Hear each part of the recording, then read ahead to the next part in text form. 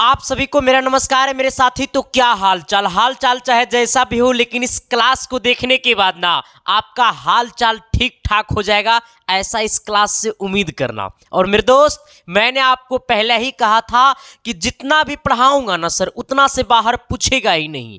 और मैंने सर ये बात आज नहीं, मैंने पिछले 2 सालों से जब पढ़ा रहा हूं ना यूट्यूब पे, तो मैंने पिछले 2 सालों से यही बात बोल रहा हूं। और जाकर के सर आप ये देख सकते हैं कि मैंने पिछले बार साइंस में 120 सब्जेक्टिव करवाए थे और लगभग क्वेश्चन 90 से मतलब 95% क्वेश्चन उसी से पूछा गया था। लेकिन अब की बार 120 नहीं है, ये हमारा टॉपर सीरीज है। ये टॉपर सीरीज में हम आपको करवाएंगे 150 सब्जेक्टिव, लघु प्लस दीर्घोत्तरीय दोनों होगा और इतना से बाहर नहीं आएगा।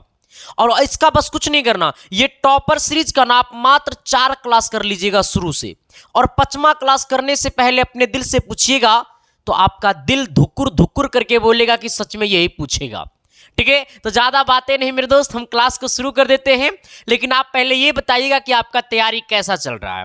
अगर तैयारी ठीक ठाक चल रहा है मेरे दोस्त, अगर तैयारी ठीक ठाक नहीं चल रहा है तो आज से आप शुरू कर दो अपनी तैयारी को। सुबह को 7 बजे, शाम को 6 बजे आपको एसके साइंस क्लासेस परिवार पे आपको एक बेहतरीन क्लासेस चलाया जा रहा है, जहां पे मेरा मकसद है कि आपका नाम टॉपर के लिस्ट में पेश करना है। ठीक है, अब जरा आइएगा सर, देखो करना क्या है। सबसे पहले आपको बता देना चाहता हूं, ये हमारा टॉपर सीरीज का ये हमारा टॉपर सीरीज का कैमा क्लास है, 12वां क्लास है। पिछले 11 क्लास हम ले चुके हैं। अगर पिछला 11 क्लासेस आप नहीं देखें तो इस वीडियो के डिस्क्रिप्शन में आपको टॉपर सीरीज के प्लेलिस्ट का लिंक होगा, वहां से जाना और सारे का सारे क्लासेस को कर देना। दूंगा रिजल्ट ऑटोमेटिक ज्वालामुखी की तरह फटेगा। बट आप बताना कि कितने बच्चों का मिशन है 475 प्लस।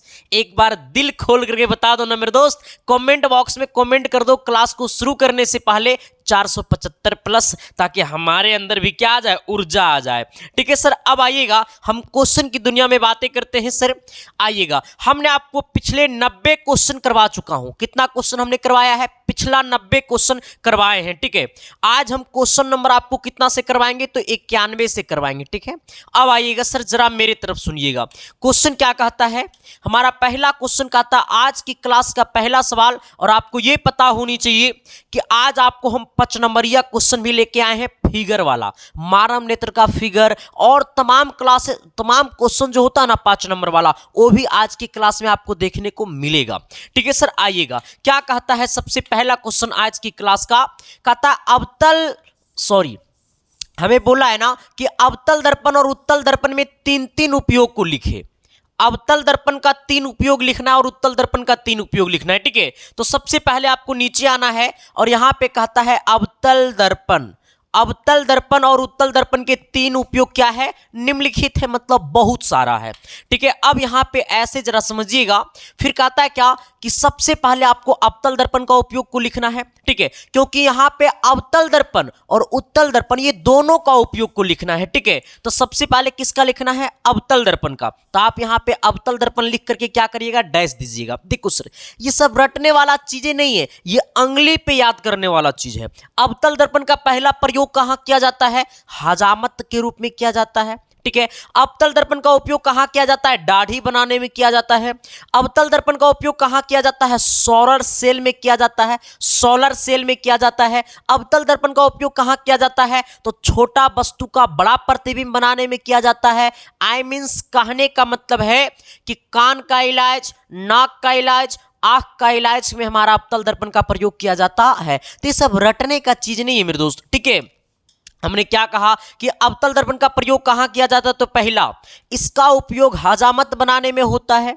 कहां होता है? हजामत बनाने में होता है। ठीक है, फिर कहता है 2 नंबर में क्या कि रोगियों के कान, बोलो भाई, नाक, गले इत्यादि की जांच के लिए अवतल दर्पण का उपयोग किया जाता है। किसी को दिक्कत?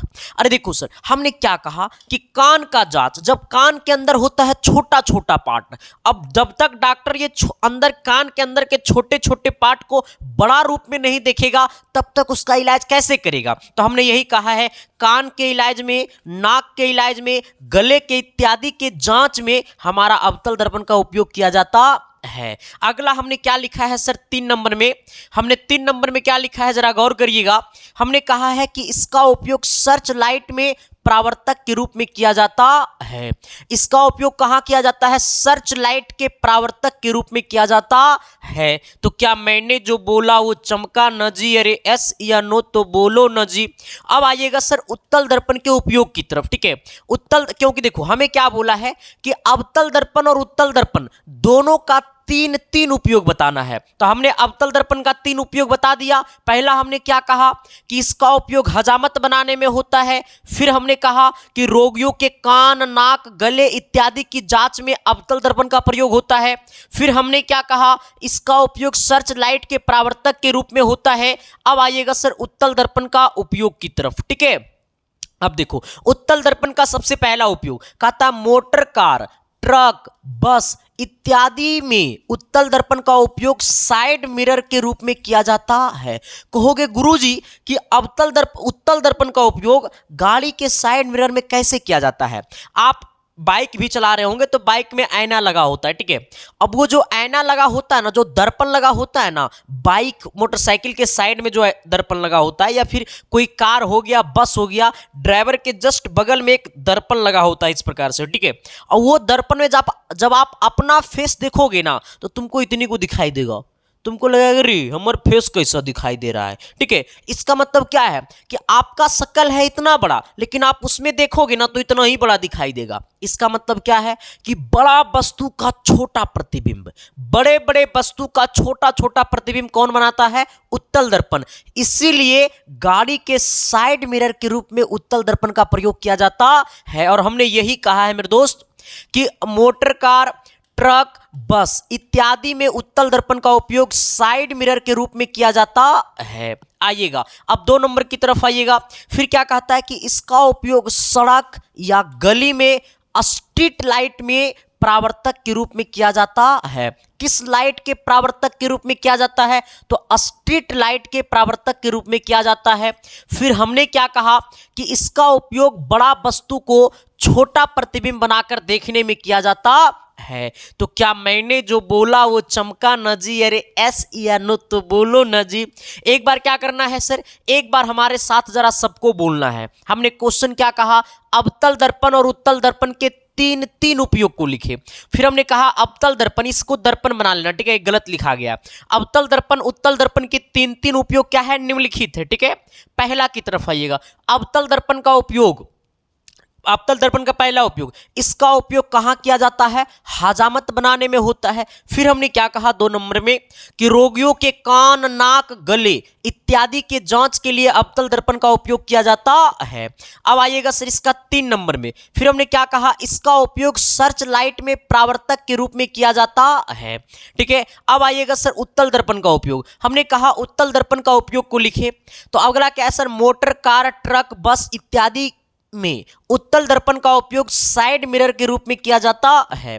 फिर हमने क्या कहा? इसका उपयोग सड़क, गली में स्ट्रीट लाइट के रूप में इसका उपयोग किया जाता है। स्ट्रीट लाइट के परावर्तक के रूप में इसका उपयोग किया जाता है। फिर हमने कहा इसका उपयोग बड़ा वस्तु को छोटा प्रतिबिंब बनाकर देखने में किया जाता है। यहां तक किसी को दिक्कत, तकलीफ, कष्ट है तो बता देना सर, ठीक है। अब आइएगा सर अगला क्वेश्चन 92 नंबर क्या कहता है? कहता है ना कि परागन किसे कहते या कितने प्रकार का होता है? देखो सर ये परागन, आप नाम सुने होंगे परागन का। अब कहोगे गुरुजी ये परागन का होवत है? ये परागन बड़ा अच्छा चीज है सर, जो आपके एग्जाम के लिए बड़ा इंपॉर्टेंट पॉइंट है, ठीक है। हमने क्या कहा सर कि परागन क्या है, परागन किसे कहते हैं या कितने प्रकार का होता है? कहता है पुष्प के पराग कोश से पराग कणों में प्रतिग्र तक स्थानांतरण होने की क्रिया को क्या कहते हैं? परागन कहते हैं। हमने क्या कहा सर, मेरी बातों को जरा दिल से समझना। हमने क्या कहा? पुष्प के पराग कोश से, कहां से? तो पुष्प के पराग कोश से पराग कणों को प्रतिग्र तक स्थानांतरण होने की क्रिया को क्या कहते हैं? परागन कहते हैं, ठीक है। यहां तक किसी को दिक्कत, तकलीफ है तो बता देना सर। फिर हमने कहा कि परागन को 2 प्रकार होते हैं, ठीक है। पहला क्या है? पर परागन। ये पर परागन पर परागन और दूसरा क्या है, स्वयं परागन। आपसे पूछेगा कि परागन कितने प्रकार का है, तो परागन 2 प्रकार का है, ठीक है। पहला क्या है, पर परागन, दूसरा क्या है, स्वयं परागन, ठीक है। तो आपसे पूछेगा कि परागन किसे कहते हैं, तो कहता है पुष्प के पराग कोश से पराग कणों को प्रतिग्र तक स्थानांतरण होने की क्रिया को क्या कहते हैं, परागन कहते हैं, ठीक है। तो परागन कितने प्रकार का है, 2 प्रकार का, स्वयं परागन और पर परागन, ठीक है। आइएगा सर अगला क्वेश्चन की तरफ, क्वेश्चन नंबर कितना, 93 की तरफ। देखो सर, ये वाला क्वेश्चन कभी कभी आपको 4 नंबर में पूछेगा, तो जब 4 नंबर में पूछेगा तो इसमें थोड़ा सा और जोड़ेगा, ठीक है। इससे ऐसे 2 क्वेश्चन बनता है। कभी कभी पूछेगा कि ओजोन परत क्या है, कभी कभी आपसे पूछेगा कि ओजोन परत की हानियां को लिखे, कभी कभी आपसे बोलेगा कि ओजोन परत क्या है और साथ ही इसके हानि को लिखे। तो यहां से 3 क्वेश्चन बनेगा। ऐसा मत बोलना हमने कहा है कि ओजोन परत क्या है, ओजोन परत से होने वाली हानि को लिखे। देखो सर, हमने ये लिखा है, इसको थोड़ा सा ओजोन कर देना, ठीक है। इसको क्या कर देना मेरे दोस्त, इसको आप ओजोन कर देना, ठीक है। हमने क्या लिखा है, ओजोन। अब आपसे पूछा कि ओजोन परत क्या है और ओजोन परत से होने वाली हानि को लिखे। तो अगर आपके एग्जाम में सिर्फ और सिर्फ पूछ दिया कि ओजोन परत क्या है, तो आप ये नहीं ना कहोगे कि सर जी आपने तो लिखाया था कि ओजोन परत क्या है, उससे होने वाली हानि। तो सिर्फ पूछेगा ओजोन परत, तब क्या लिखेंगे। सर ये तमाम चीजें जो होते हैं ना, आपके दिमाग में जो सवाल बनते हैं ना, उसको भी फोड़ना है, ठीक है। आइएगा सबसे पहले जरा देखिएगा क्या कहता है। आप मेरी बातों को जरा समझने की कोशिश कीजिएगा। मैं आपको क्या समझाना चाह रहा हूं, मैं आपको समझाना चाह रहा हूं ना सर कि ओजोन परत क्या है। ओजोन परत से होने वाली हानि को लिखे। तो सबसे पहले आपको ओजोन परत के बारे में बताना है। तो कहता है कि वायुमंडल में लगभग 32 से 80 किलोमीटर की ऊंचाई पर ओजोन की परत पाई जाती है। हमने क्या कहा, वायुमंडल में लगभग 32 से 80 किलोमीटर की ऊंचाई पर ओजोन की परत पाई जाती है। अब यह भी पूछेगा ऑब्जेक्टिव कि ओजोन परत कहां पाई जाती है, तो ओजोन परत हमारा वायुमंडल में पाई जाती है सर, ठीक है। अगर आपसे पूछेगा कि ओजोन परत कहां पाई जाती है, तो ओजोन परत हमारा वायुमंडल में पाई जाती है। तो हमने क्या लिखा कि वायुमंडल में लगभग 32 से 80 किलोमीटर की ऊंचाई पर, कहां, 32 से 80 किलोमीटर की ऊंचाई पर ओजोन की परत पाई जाती है। अब सोचो सर, अब पूछेगा कि ओजोन परत वायुमंडल से कितना ऊंचाई पे पाया जाता है, तो लगभग 32 से 80 किलोमीटर की ऊंचाई पे, ठीक है। अब आइएगा, इससे समतापमंडल में भी तापमंडल भी कहा जाता है। इसे क्या कहा जाता है, हमने क्या कहा, इसे समतापमंडल भी कहा जाता है। इसे क्या कहा जाता है, समतापमंडल भी कहा जाता है। अब आइएगा, ओजोन परत पृथ्वी को सूर्य की हानिकारक पराबैंगनी किरणों को आने से क्या करती है, रोकती है। हमने क्या कहा सर, हमने क्या कहा मेरे दोस्त, बड़ा अच्छा पॉइंट था। ओजोन परत क्या है, जब आपसे पूछेगा कि ओजोन परत क्या है, तो आप क्या कीजिएगा कि यहां से यहां तक लिखिएगा, ठीक है।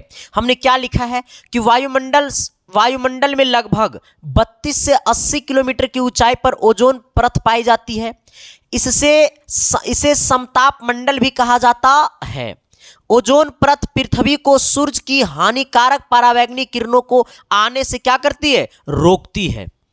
यहां तक किसी को दिक्कत, तो पराबैंगनी किरणों को आने से कौन रोकता है, ओजोन परत। हमने क्या कहा, पराबैंगनी किरणों को आने से कौन रोकता है, तो ओजोन परत रोकता है, ठीक है। तो यहां तक किसी को दिक्कत, किसी को परेशानी, किसी को तकलीफ, किसी को दर्द है तो बता देना सर, ठीक है। आइएगा, अब एक बात और हमेशा याद रखिएगा सर अपने दिल में, आपसे कभी कभी ये भी पूछेगा कि ओजोन परत का सूत्र क्या होता है। ओजोन परत को आप हमेशा O3 बोलिएगा, ठीक है, हाँ। लेकिन ओजोन परत के ऑक्सीजन में कितने परमाणु होते हैं, ये पूछेगा। ओजोन परत के ऑक्सीजन में कितने परमाणु होते हैं, तो ओजोन परत के ऑक्सीजन में 3 परमाणु होते हैं। इस बात को क्या कर लीजिएगा, नोट कर लीजिएगा सर, ठीक है, हाँ। अब आइएगा जरा मेरे साथ, फिर से एक बार हम देखते हैं हमने क्या कहा और आपने क्या कहा। कहता है ओजोन परत क्या है, कहता है वायुमंडल में लगभग 32 से 80 किलोमीटर की ऊंचाई पर ओजोन परत पाई जाती है। इसे समताप मंडल भी कहा जाता है। ओजोन परत को क्या कहा जाता है? समताप मंडल भी कहा जाता है। ओजोन परत पृथ्वी को सूर्य की हानिकारक पराबैंगनी किरणों को आने से क्या करता है? रोकता है। तो पराबैंगनी किरणों को आने से कौन रोकता है? तो ओजोन परत रोकता है। ठीक है, फिर हमें क्या बोला है? हमें बोला है कि ओजोन परत से होने वाली हानि को लिखिए। ओजोन परत से होने वाली हानि क्या है? निम्नलिखित है, बहुत सारा है। ठीक है, अब आइएगा, ओजोन परत से हानि क्या है? निम्नलिखित है। पहला हानि, पराबैंगनी किरणों के प्रभाव से त्वचा में कैंसर हो सकता है। अब सोचो सर कि जब पराबैंगनी किरणें पृथ्वी पे आएगी, अगर ओजोन परत पराबैंगनी किरण को नहीं रोकेगा तब तो हमारा पराबैंगनी किरण पृथ्वी पे आएगा, और जब पृथ्वी पे पराबैंगनी किरण आएगा ना तो हम सबके त्वचा में क्या होगा? कैंसर होने का बहुत बड़ा संभावना बन सकता है। ठीक है, तो हमने यही लिखा है मेरे दोस्त। क्या लिखा है हमने? कि पराबैंगनी किरणों के प्रभाव से त्वचा कैंसर हो सकता है। हमने क्या कहा? पराबैंगनी किरणों के प्रभाव से त्वचा कैंसर हो जाता है। मतलब पराबैंगनी किरणें जब पृथ्वी पे आएगी ना तो उससे हमें क्या होगा? त्वचा में कैंसर होगा। लेकिन पराबैंगनी किरणों को आने कौन नहीं देता है? तो पराबैंगनी किरणों को आने हमारा कौन नहीं देता है? तो ओजोन परत नहीं देता है। ठीक है, किसी को दिक्कत, किसी को परेशानी, किसी को दर्द? सर दिल में दर्द है चलो, ये दर्द हमसे नहीं मिटेगा, ये दर्द उनसे मिटेगा। अब आ जाना सर, फिर हमने 3 नंबर में इसका हानि क्या लिखा है? कि इससे अनुवांशिक रोग उत्पन्न हो सकता है। जब हमारा ओजोन परत से हानि जो है वो हमारा क्या है? इससे दूसरा हानि है कि इससे अनुवांशिक रोग उत्पन्न हो सकता है। हमने क्या कहा? इससे अनुवांशिक रोग उत्पन्न हो सकता है। हमने 3 नंबर में क्या कहा मेरे दोस्त? हमने 3 नंबर में कहा कि इससे तापमान में वृद्धि हो रही है। ओजोन परत के कारण ही तापमान में क्या हो रहा है? वृद्धि हो रहा है। अब कहोगे सर कि ओजोन परत होता कैसे, बनता कैसे? तो एक हमारा होता है क्लोरोफ्लोरोकार्बन, CFC गैस। ठीक है, इसकी पूरा विशेष तरीका से पढ़ना है, लेकिन हम इसमें विशेष तरीका से थोड़ा ना पढ़ाएंगे। हमारा तो क्या करना है? 150 सब्जेक्टिव को फोड़ना है, तभी तो सर एग्जाम में बेहतर करना है। तो एक बार जरा बताओ मेरे दोस्त, हाथ उठा करके नहीं, कमेंट बॉक्स में कमेंट करके बताओ कि ये क्लास आपको कैसा लग रहा है। सच में ये क्लास अच्छा लग रहा है ना मेरे दोस्त? तो चैनल पे पहली बार आए हो तो शिद्दत और प्यार और मोहब्बत के साथ चैनल को सब्सक्राइब कर देना, और वो हर दोस्तों तक शेयर कर देना जिनकी आंखों में सपना है कि हमें टॉपर बननी है। जिनको साइंस से डर लगता है तो इस क्लास को शेयर कर दो, उसका साइंस का बेड़ा पार हो जाएगा। ठीक है, आइएगा, हमने क्या कहा सर? एक बार जरा शुरू से देखते हैं।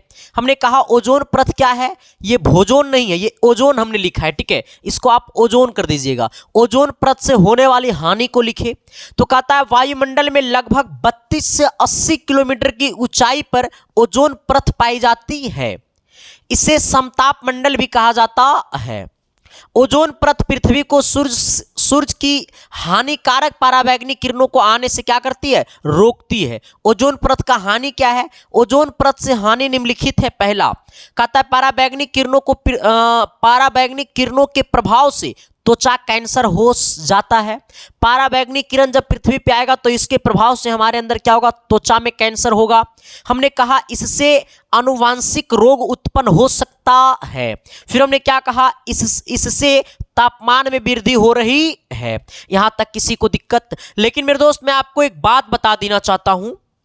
आपको पता होगा सर कि हमारे अंदर हमारे अंदर नहीं सर, हमने आप सभी के लिए सर 10th में ऑल सब्जेक्ट का PDF नोट्स, और जो लोग इसको यहां से नहीं लिख पाते हैं, जैसे हम यहां पे पढ़ा रहे हैं, ठीक है, तो आप लोग यहीं से एक बार लिख लो। हम जैसे जैसे पढ़ाते जाते हैं वैसे वैसे वीडियो को दोबारा देख करके क्या कर लीजिए, लिख लीजिए। ठीक है, और वही नहीं, हम आपको साइंस में साइंस नहीं मतलब ऑल सब्जेक्ट, सोशल साइंस में 140 सब्जेक्टिव करवा रहे हैं, मैथ में हम 120 सब्जेक्टिव करवा रहे हैं जो शाम को 6 बजे चलता है, साइंस में 500 ऑब्जेक्टिव करवा रहे हैं, सोशल साइंस में बहुत सारे एक महामैराथन ऑब्जेक्टिव का लाएंगे जिसमें 500 ऑब्जेक्टिव करवा देंगे, मैथ में भी हमने तमाम क्लासेस ले रहे हैं, तो सारे क्लासेस को देखते रहना। ठीक है, लेकिन जब बात होती है PDF नोट्स की तो एक बार तो इसकी साइंस क्लासेस की याद जरूर आती है, क्योंकि मेरे दोस्त PDF की क्वालिटी ऑफ कंटेंट, क्योंकि देखो आप मेरा डिफिनेशन देखो और जाकर के कहीं अदर जगह का डिफिनेशन देखो, आसमान जमीन का फर्क पड़ेगा। क्योंकि मेरा डिफिनेशन जो होता है वो मेरा लैंग्वेज में होता है ताकि टीचर के दिल में जाए। देखो सर, टीचर डेफिनेशन याद करके थोड़ा ना करता है। टीचर जो कॉपी चेक करता है उसका एज होता है 40 साल 50 साल, और वो बेचारा 20 साल के एज में, 10 साल के एज, 15 साल के एज में 10th एग्जाम देता है, उसको 40 साल के एज तक में डेफिनेशन याद रहेगा? नहीं याद रहता है। तो सर वो चीज़ों को कॉन्सेप्टली याद रखता है। और आप किताबी कीड़ा लिखोगे तो मास्टर सोचेगा कि 5 नंबर की जगह 3 नंबर दे दो ना। सर लिखो ऐसा कि मास्टर नंबर काटने से पहले एक बार अपने दिल में सोचे, ठीक है। हाँ, तो अब देखो सर, जब बात होती है पीडीएफ की तरफ, तो मैं आपको बता देना चाहता हूं कि आज आपका 30 दिसंबर है और ये 30 दिसंबर का पीडीएफ का सबसे अंतिम ऑफर है, ठीक है सर। हाँ, आपको पता होनी चाहिए कि आपको मिलेगा क्लास 10th का ऑल सब्जेक्ट का PDF notes, chapter wise objective और सब्जेक्टिव, जहां पे आपको साइंस रहेगा, सोशल साइंस रहेगा, हिंदी बुक और ग्रामर रहेगा, इंग्लिश बुक और ग्रामर रहेगा, संस्कृत रहेगा, और प्लस पॉइंट गेस क्वेश्चन रहेगा। ये सब जो हम गेस क्वेश्चन करवा रहे हैं ना, ये टॉपर सीरीज, ये सब पूरा का पूरा पीडीएफ आपको मिलता है उम्मीद व्हाट्सएप ग्रुप में। अब कहोगे गुरुजी हम उम्मीद व्हाट्सएप ग्रुप ज्वाइन कैसे करेंगे, उसमें पीडीएफ कैसा है? तो ये जो टाइपिंग किया हुआ है ना, ठीक उसी प्रकार पूरा का पूरा पीडीएफ वहां पे आपको टाइपिंग फॉर्मेट में मिलेगा, ठीक है। जो हमने सबसे पहले पूरा का पूरा पीडीएफ को हमने अपने हाथों से लिखा, अपने हाथों से लिखने के बाद हमने पूरा का पूरा क्या करवाया, टाइपिंग करवाया, ठीक है। जिसका प्राइस आपको कितना है, जिसका प्राइस आपको 199 रुपया है सर, ठीक है, 199 रुपया। लेकिन हम आपको आज आपका 30 दिसंबर रात 12 बजे तक आपको लग रहा है मात्र 99 रुपया, ठीक है। तो आप जाकर के इसका फायदा उठा सकते हो। कहोगे गुरुजी कि हम इसको पेमेंट कैसे करेंगे? एक सेकेंड सर, हेलो, हाँ बोलिए, क्या बात है? क्या पेमेंट करके स्क्रीनशॉट भेज दीजिए, मिल जाएगा। ठीक है, तो भेज देते हैं। आप जरा आइएगा सर, ठीक है। हमने क्या कहा, यहां पे आपको मिलेगा ऑल सब्जेक्ट का पीडीएफ नोट्स। अब कैसे पेमेंट करना है सर? देखो, आपके सामने एक नंबर दिखाई दे रहा होगा 7295 वाला नंबर, ठीक है। उसी नंबर पे आपको पेमेंट करना है मात्र और मात्र 99 रुपया सर, ठीक है। तो सबसे पहले इस वीडियो को शेयर कर देना, ठीक है, ताकि सब कोई जान जाए। एकदम तहलका फैला दो सर, गर्मी ला दो सर, ठीक है। हाँ, अब आ जाइएगा। तो जैसा ही आप पेमेंट कीजिएगा ना, आप खुद से भी पेमेंट कर सकते हो या फिर आप किसी से पेमेंट करवा भी सकते हो, ठीक है। जैसा ही पेमेंट कीजिएगा और पेमेंट का स्क्रीनशॉट आपको उसी व्हाट्सएप नंबर पे भेज देना है, 72 वाले पे, ठीक है। आप खुद से भी पेमेंट करवा सकते हो या फिर आप किसी से, आप खुद से भी पेमेंट कर सकते हैं या फिर आप किसी से करवा भी सकते हैं, ठीक है। और पेमेंट करवाने के बाद उसका स्क्रीनशॉट कर लेना है और वो पेमेंट का स्क्रीनशॉट आपको उसी व्हाट्सएप नंबर पे भेज देना है 7295 वाला पे, और आपको मैसेज कर देना है कि सर मुझे उम्मीद व्हाट्सएप ग्रुप ज्वाइन कर दीजिएगा।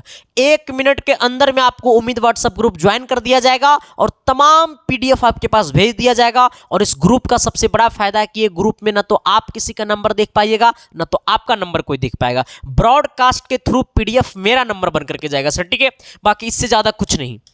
अब जरा आइएगा सर क्वेश्चन की दुनिया में, ठीक है। माफ करना मैंने 1 मिनट फालतू में ले लिया आपका। चलो, गर्मी तो आ गया नूरे आओ सर, हमने क्या कहा, कहता है पोषी स्तर क्या है, एक आहार श्रृंखला का उदाहरण दीजिए।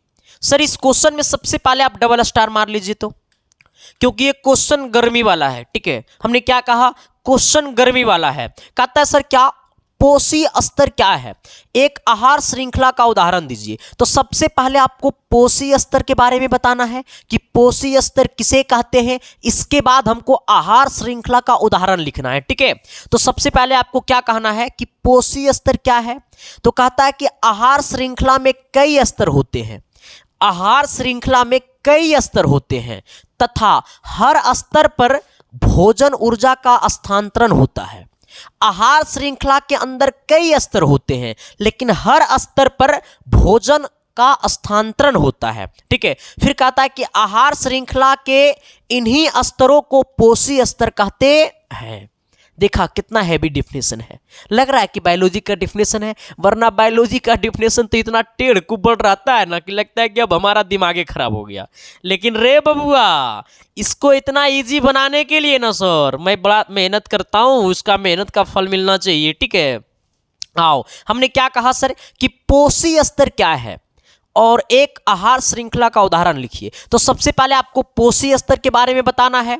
कहता है आहार श्रृंखला में कई स्तर होते हैं, आहार श्रृंखला में कई स्तर होते हैं तथा हर स्तर पर भोजन ऊर्जा, भोजन चाहे ऊर्जा लिख सकते हो, ठीक है। भोजन या ऊर्जा का क्या होता है, हस्तांतरण होता है। हमने क्या कहा, आहार श्रृंखला में कई स्तर होते हैं तथा हर स्तर का भोजन हस्तांतरण होता है। कहता है, फिर कहता है आहार श्रृंखला के इन्हीं स्तरों को पोषी स्तर कहते हैं। किसी को दिक्कत, पोषी स्तर का डेफिनेशन याद हो गया। अब इसका उदाहरण लिखिएगा सर, ठीक है। इसका उदाहरण क्या होगा, इसका उदाहरण की तरफ जरा आइएगा। हमें कहता है क्या कि उदाहरण कहता है एक मैदानी पारिस्थितिक तंत्र में घास, एक मैदानी, रुक जाओ, एक मैदानी, हमने क्या कहा, इधर आना, इसको घास बना देना, ठीक है। ये घास हमारा है कि तुझे हम देखता हूं अपने नजर से, तुमने चली गई मुझे छोड़ के। आओ, हमने क्या कहा सर, ये घास है, ठीक है। अब जरा आइएगा, हम क्या लिखे हैं जरा गौर करिएगा। हमने कहा कि एक मैदानी पारिस्थितिक तंत्र में घास प्रथम पोषी स्तर है, ठीक है। घास जो वो कैसा पोषी स्तर है, प्रथम पोषी स्तर है। ग्रास हॉपर, ग्रास हॉपर द्वितीय पोषी स्तर है। मेढक तृतीय पोषी स्तर है। सर्प चतुर्थ पोषी स्तर है तथा बजरा उच्चतम पोषी स्तर है। यही इसका क्या हो गया, उदाहरण हो गया सर। इसका उदाहरण में सिर्फ घास नहीं लिखना है, इसके बारे में पूरा जिस प्रकार से हम लिखे हैं ना उसी प्रकार से लिखना है, क्योंकि इसका चारों मतलब चारों स्तर को बताना है, ठीक है। एक स्तर को नहीं बताना है, इसका चारों स्तर को बताना है, ठीक है। हमने क्या कहा, एक मैदानी पारिस्थितिक तंत्र में घास प्रथम पोषी स्तर है। अब पूछे कि घास जो है वो कैमा पोषी स्तर है, तो आहार श्रृंखला का एक भाग है घास जो प्रथम पोषी स्तर है। दूसरा, ग्रास हॉपर कैमा पोषी स्तर है तो द्वितीय पोषी स्तर है। मेढक तृतीय पोषी स्तर है। सर्प चतुर्थ पोषी स्तर है तथा ब्राज उच्चतम पोषी स्तर है। और ये जो पांचों है ना वो हमारा क्या है, आहार श्रृंखला का उदाहरण है, ठीक है। किसी को दिक्कत, परेशानी, तकलीफ, दर्द होने नहीं देंगे। आओ सर, एक बार जरा हम लोग आते हैं, इसको दोबारा पढ़ लेते हैं सर, ठीक है। हम क्या करते हैं, इसको दोबारा एक बार देख लेते हैं। जरा देखिएगा इधर हमने क्या समझाना चाह रहा हूं आपको, हम एक अच्छा चीज समझाना चाह रहे हैं आपको, ठीक है। हमने क्या कहा, हमने कहा पोषी स्तर क्या है। कहता है कि आहार श्रृंखला में कई स्तर होते हैं। आहार श्रृंखला में कई स्तर होते हैं, हर स्तर पर भोजन का स्थानांतरण होता है। कहता है आहार श्रृंखला के इन्हीं स्तरों को पोषी स्तर भी कहते हैं, ठीक है। फिर कहता है उदाहरण, कहता है मेरे दोस्त क्या कि एक मैदानी पारिस्थितिक तंत्र में घास, घास इसको घास है, ठीक है। घास प्रथम पोषी स्तर है। घास जो है वो क्या हमारा प्रथम पोषी स्तर है। ग्रास हॉपर द्वितीय पोषी स्तर है। मेढक तृतीय पोषी स्तर है। सर्प चतुर्थ पोषी स्तर है। लेकिन ब्राज उच्चतम जो है वो हमारा क्या है, ब्राज जो है वो हमारा उच्चतम पोषी स्तर है, ठीक है। तो क्या मैंने जो बोला वो चमका न जी, अरे एस या नो तो बोलो न जी, तो अगले क्वेश्चन की तरफ तो बढ़ो न जी।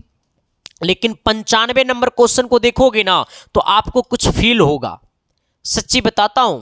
क्वेश्चन की ताकत अलग है, क्वेश्चन की एनर्जी अलग है, क्वेश्चन की चर्चा भी अलग है, ठीक है सर। आइएगा, हमने क्या कहा, हमने कहा कि हमें वन एवं वन्य जीव का संरक्षण क्यों करना चाहिए। हमने क्या कहा, हमें वन एवं वन्य जीव का संरक्षण क्यों करनी चाहिए। संरक्षण का मतलब क्या होता है, बचाव। संरक्षण का मतलब क्या होता है, बचाव। तो हमें बोला है कि वन एवं वन्य जीव का बचाव क्यों करना चाहिए।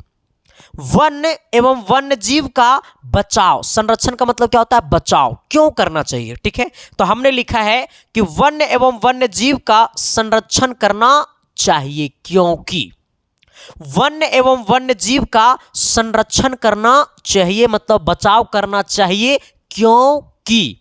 एक नंबर में आना सर, वन का पहला फायदा क्या है, बचाव करने का सबसे पहला फायदा क्या है वन का, एक नंबर में आइएगा। कहता है वन मृदा तथा वातावरण की रक्षा करता है। अगर पेड़ पौधा नहीं होता तो आपको क्या लगता है, मिट्टी होता, नहीं होता। पेड़ पौधा के कारण ही हमारा मिट्टी क्या है, सुरक्षित है, ठीक है, तो हमने यही लिखा है कि वन मृदा तथा वातावरण का भी रक्षा करते हैं। वन जो है वो मृदा के साथ साथ वातावरण को शुद्ध रखता है। कौन? तो हमारा वन रखता है। ठीक है, फिर हमने 2 नंबर में क्या लिखा है? वन वर्षा में सहायक है। जितना मात्रा में पेड़ पौधा लगाओगे वर्षा उतना ही मात्रा में होगा। ठीक है, कहता वन वर्षा में सहायक है तथा जलवायु का अनुरक्षण करते हैं। वन जो है वो वर्षा में सहायक है और जलवायु का क्या करता है? अनुरक्षण करता है। ठीक है, हमने 3 नंबर में क्या लिखा है? वन महत्वपूर्ण आर्थिक संसाधन है। वन जो है वो महत्वपूर्ण क्या है? आर्थिक संसाधन है। ठीक है, यहां तक किसी को दिक्कत? अब जरा बताओ मेरे दोस्त कि वन का बचाव करने के लिए, वन का संरक्षण क्यों करना है? तो ये 3 सबसे बड़ा फायदा है वन का। अब वन्य जीव का क्यों संरक्षण करना है? वन का हमें संरक्षण क्यों करना है? तो हमने 3 फायदा बता दिया, लेकिन अब वन्य जीव का क्यों संरक्षण करना है, इसका 3 फायदा की तरफ आइएगा। ठीक है, अब देखो वन्य जीव का संरक्षण करने का सबसे बड़ा फायदा क्या है? कहता वन्य प्राणियों का संरक्षण जैविक विविधता एवं महत्वपूर्ण जीवों के संरक्षण के लिए आवश्यक है। हमारे वन्य जीव जो भी हैं उनके लिए क्या आवश्यक है? तो वन्य प्राणियों का संरक्षण जैविक विविधता एवं महत्वपूर्ण जीवों के संरक्षण के लिए आवश्यक है। ठीक है, अब आइएगा सर 2 नंबर की तरफ। क्या कहता है कि वन्य प्राणियों के रहने से पर्यावरण का संतुलन कायम रहता है। हमारे वन्य प्राणियों को रहने से क्या होता है? पर्यावरण का वातावरण क्या होता है? पर्यावरण का क्या होता है? संतुलन कायम रहता है सर। ठीक है, मतलब संतुलन जो है वो क्या रहता है? लगातार मतलब अच्छा बना हुआ रहता है। ठीक है, यहां तक किसी को दिक्कत? तो एक बार आओ ना जरा इसको हम लोग दोबारा देख लेते हैं सर। ठीक है, हमने क्या कहा? सबसे पहले हमने क्या कहा? हमने बोला है ना सर, क्या हमने कहा है कि हमें वन एवं वन्य जीवों का संरक्षण क्यों करना चाहिए, यानी वन और वन्य जीवों का बचाव क्यों करना चाहिए। ठीक है, हमने क्या कहा कि वन एवं वन्य जीवों का संरक्षण करना चाहिए क्योंकि हमारा वन का बचाव क्यों करना चाहिए, तो इसका हमने 3 पॉइंट लिखा। ठीक है, फिर हमने वन्य जीवों का बचाव क्यों करना चाहिए, फिर हमने इसका भी 2 पॉइंट लिखा है। ठीक है, अब आइएगा, कहता वन मृदा तथा वातावरण को क्या करता है? रक्षा करता है। वन जो है वो पेड़ पौधा जो है वो मिट्टी का क्या करता है? रक्षा करता है और वातावरण का भी क्या करता है? रक्षा करता है। ठीक है, फिर हमने लिखा है कि वन वर्षा में सहायक है। हमारा जो पेड़ पौधा है वो क्या है? वर्षा के लिए सबसे बड़ा सहायक है तथा जलवायु का क्या करता है? अनुरक्षण करता है। ठीक है, फिर हमने लिखा है कि वन महत्वपूर्ण आर्थिक संसाधन है। किसी को दिक्कत? अब आइएगा सर वन्य जीव का पहला पॉइंट। हमने क्या कहा? हमने कहा ना कि वन्य प्राणियों का संरक्षण जैविक विविधता एवं महत्वपूर्ण जीवों के संरक्षण के लिए आवश्यक है। फिर हमने लिखा है कि वन्य प्राणियों के रहने से पर्यावरण का संतुलन क्या रहता है? कायम रहता है। यानी हमारा यहां तक हो गया। ठीक है, अब आइएगा सर क्वेश्चन नंबर कितना? 96 की तरफ। सर जी ये क्वेश्चन बड़ी हार्ड है, हमरा से ना बोनी। कि तुझे देख कर जीता हूं मैं ए सनम तेरे दिल को। आइएगा सर, अब जरा आते हैं क्वेश्चन नंबर कितना? तो 96 की तरफ आते हैं। ठीक है, देखो हमें बोलता है कि घरेलू विद्युत परिपथों में श्रेणी क्रम संयोजन का उपयोग नहीं किया जाता है क्योंकि हमारा कहने का मतलब है कि हम सभी के घर में जो करंट प्रवाहित होता है ना वो समांतर क्रम में होता है, तो फिर श्रेणी क्रम में क्यों नहीं होता है, उसी के बारे में क्या करना है? लिखना है। हमने क्या कहा कि हम सभी के घरों में जो करंट प्रवाहित होता है वो श्रेणी क्रम में, समांतर क्रम में जुड़ा हुआ रहता है, तो फिर आखिरकार में श्रेणी क्रम में क्यों नहीं जुड़ा हुआ रहता है, हमको इसी के बारे में क्या करना है? लिखना है। ठीक है, अब जरा आइएगा, हमें क्या बोला है कि घरेलू विद्युत परिपथ में श्रेणी क्रम संयोजन का उपयोग क्यों नहीं किया जाता है, मतलब श्रेणी क्रम संयोजन का उपयोग क्यों नहीं किया जाता है। ठीक है, तो हमने लिखा है कि घरेलू विद्युत परिपथों में समांतर क्रम संयोजन का उपयोग किया जाता है। घरेलू विद्युत परिपथों में समांतर क्रम संयोजन का उपयोग किया जाता है क्योंकि परिपथ में विभवांतर सभी स्थानों पर क्या होता है? समान रहता है। जब हम करंट को समांतर क्रम में प्रवाहित करेंगे ना तो सभी जगह करंट क्या रहेगा? समान रहता है सर। ठीक है, तो हमने यही बोला क्योंकि परिपथ में विभवांतर सभी स्थानों पर क्या रहता है, समान रहता है। एक फ्यूज होने पर धारा का प्रवाह बंद नहीं होता है। देखो सर, अगर हम इसको कहता है एक फ्यूज होने पर धारा का प्रवाह बंद नहीं होता है, ठीक है। फिर कहता है एक स्विच को बंद करने पर भी अन्य स्विच काम करते रहते हैं। हमारा कहने का मतलब है कि जब एक स्विच बंद हो जाता है तो अन्य स्विच जो और सारा स्विच जो लगा हुआ है वो काम करता है, लेकिन अगर हम यही श्रेणी क्रम में जोड़ देते तो एक ही स्विच पे पूरा काम करता, लेकिन हम समांतर क्रम में जोड़ते हैं तो हर रूम का अलग अलग स्विच होता है सर, ठीक है। ये स्विच लिखा हुआ है, हमने क्या लिखा है, ये हमने स्विच लिखा है, ठीक है। अन्य स्विच काम करते रहते हैं। अगर श्रेणी क्रम में संयोजित कर दिया जाए तो परिपथ के किसी कारण खराब होने पर संपूर्ण परिपथ की धारा बंद हो जाती है। अगर हम यही श्रेणी क्रम में पूरे घर में श्रेणी क्रम में करंट को अगर हम जोड़ देंगे तो अगर एक तार अगर खराब हो गया, एक परिपथ की अगर किसी कारणवश लाइन कट गया तो पूरा घर में क्या होगा, लाइन कट जाएगा। ऐसे अगर समांतर क्रम में जुड़ा हुआ रहता है तो अगर इस रूम का लाइन कट गया तो अगले रूम में लाइन रहेगा, ठीक है। तो हमने यही बोला है कि अगर श्रेणी क्रम में संयोजित कर दिया जाए तो परिपथ के किसी कारण खराब होने पर संपूर्ण परिपथ की धारा बंद हो जाती है।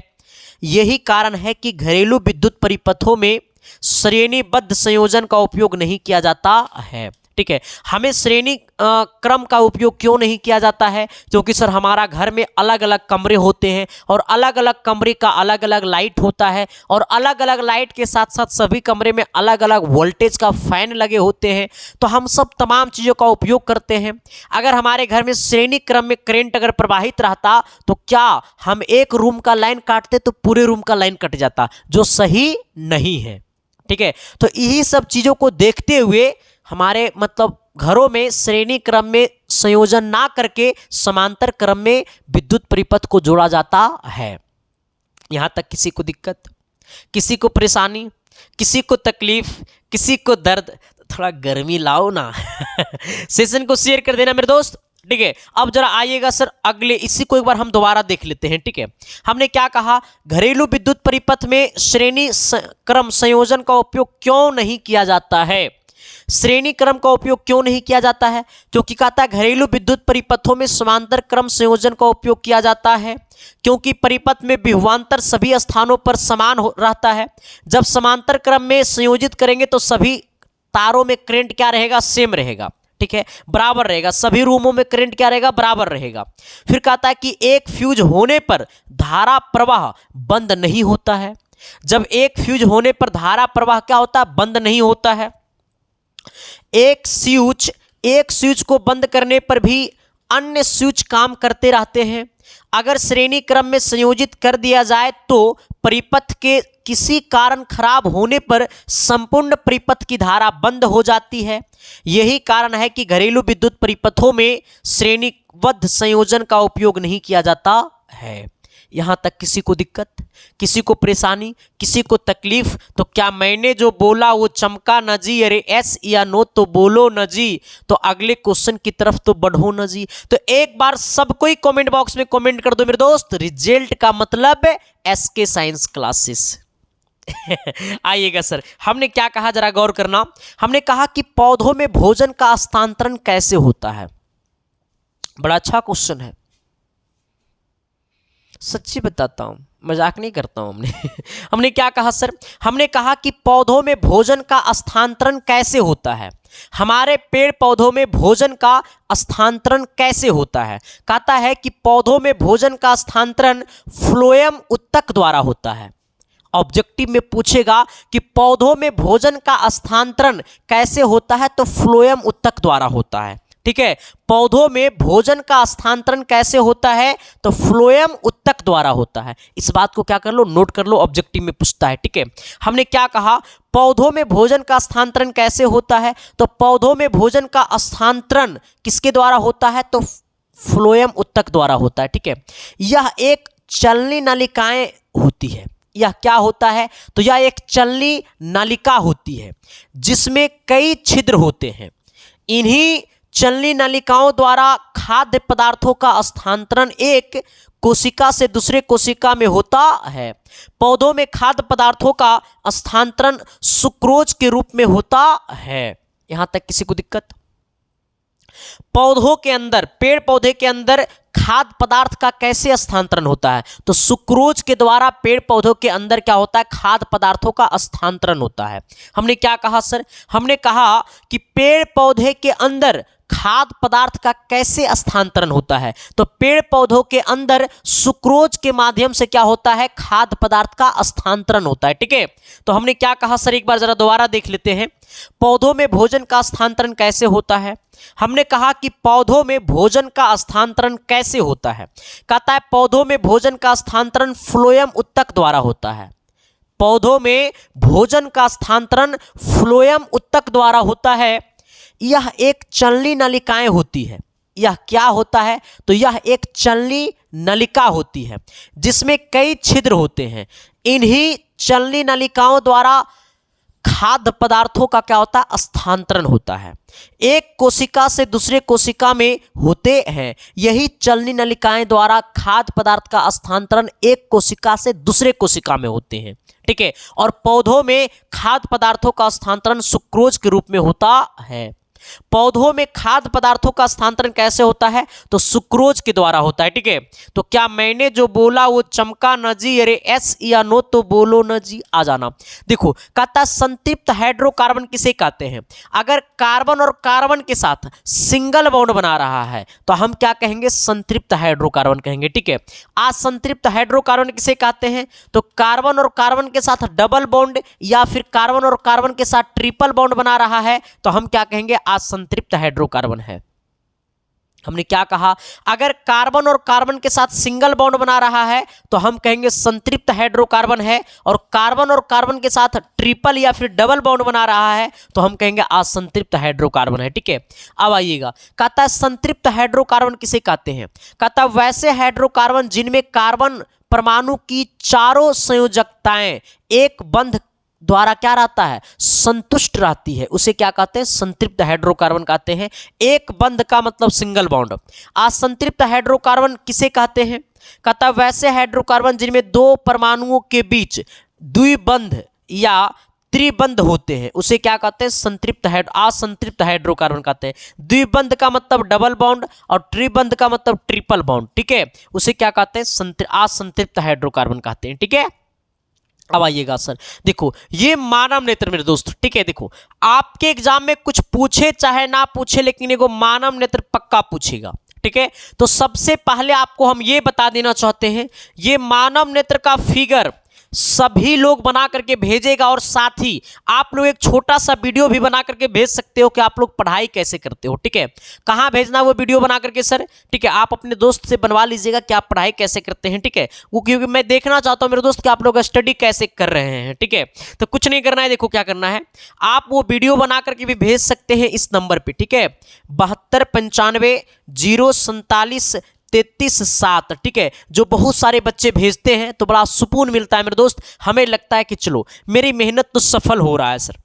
ठीक है, तो बड़ा अच्छा मिलता है, दिल को बड़ा सुकून मिलता है। ठीक है, और बहुत सारे बच्चे का रिजल्ट भी जारी करते हैं, बहुत सारे बच्चे रिजल्ट के बारे में बताते हैं जो हमने यूट्यूब पे भी सबको अपलोड कर रखा है। ठीक है, तो आप इस नंबर पे वीडियो बना करके भेज सकते हैं। साथ ही ये वाला जो चित्र है ना, ये वाला चित्र आप लोग बनाइएगा। ठीक है, अपने घर पे, और बनाने के बाद वो ये वाला चित्र का फिगर आप इस व्हाट्सएप नंबर पे भेज सकते हैं, या फिर आप हमारे इंस्टाग्राम आईडी पे भेजिएगा तो हम खुद देख लेंगे। इस पे भेजिएगा तो हमारी टीम देखेगी सर। ठीक है, हाँ, आप अगर हमारे इंस्टाग्राम आईडी पे भेजिएगा, मेरा इंस्टाग्राम आईडी है संदीप। ठीक है, संदीप-1842 अगर आप यहाँ पे बना करके भेजते हैं तो मैं खुद आपका रिप्लाई कर दूंगा। ठीक है, और मैं खुद देख लूंगा। ठीक है, बाकी आप इसको इंस्टाग्राम आईडी को फॉलो भी कर सकते हो। बाकी आप इस चित्र को जरूर बना लेना मेरे दोस्त। ठीक है, जिसमें हमारा बहुत सारे चीजें होती है, हमारा प्री तरीका होता है, इसके बारे में हम पूरा पढ़ाएंगे भी। ठीक है, बाकी सर आज तक की क्लासेस के लिए बाय बाय, मिलते हैं कल की क्लास में। लेकिन शाम को 6 बजे, सुबह को 7 बजे आप डेली जुड़िएगा। बस आप में अगर सच में कहता हूं मेरे दोस्त, अगर आपकी चाहत है कि सर हमें अपनी मम्मी पापा की आंखों में खुशियों का आंसू देना है तो फिर इसकी साइंस क्लासेस प्यार से, इसकी साइंस क्लासेस से कर लो मोहब्बत, ये तुम्हें धोखा नहीं देगा। एग्जाम तक साथ दूंगा और ऐसा साथ दूंगा कि मिसाल कायम कर दूंगा मेरे दोस्त, ठीक है। बाकी सर आज तक की क्लासेस के लिए बाय बाय। ये क्लास कैसा लगा प्लीज अपना विचार को कमेंट बॉक्स में जरूर प्रकट कीजिएगा, ठीक है। अच्छा लगा तो अच्छा, बुरा लगा तो बुरा। बाकी सर हम मिलते हैं कल की क्लास में, तब तक के लिए बाय। देखते रहना है इसके साइंस क्लासेस। चैनल पे नए थे तो चैनल को सब्सक्राइब कर लीजिएगा, सेशन को लाइक कर दीजिएगा और अपने अपने दोस्तों तक शेयर कर दीजिएगा। Thank you.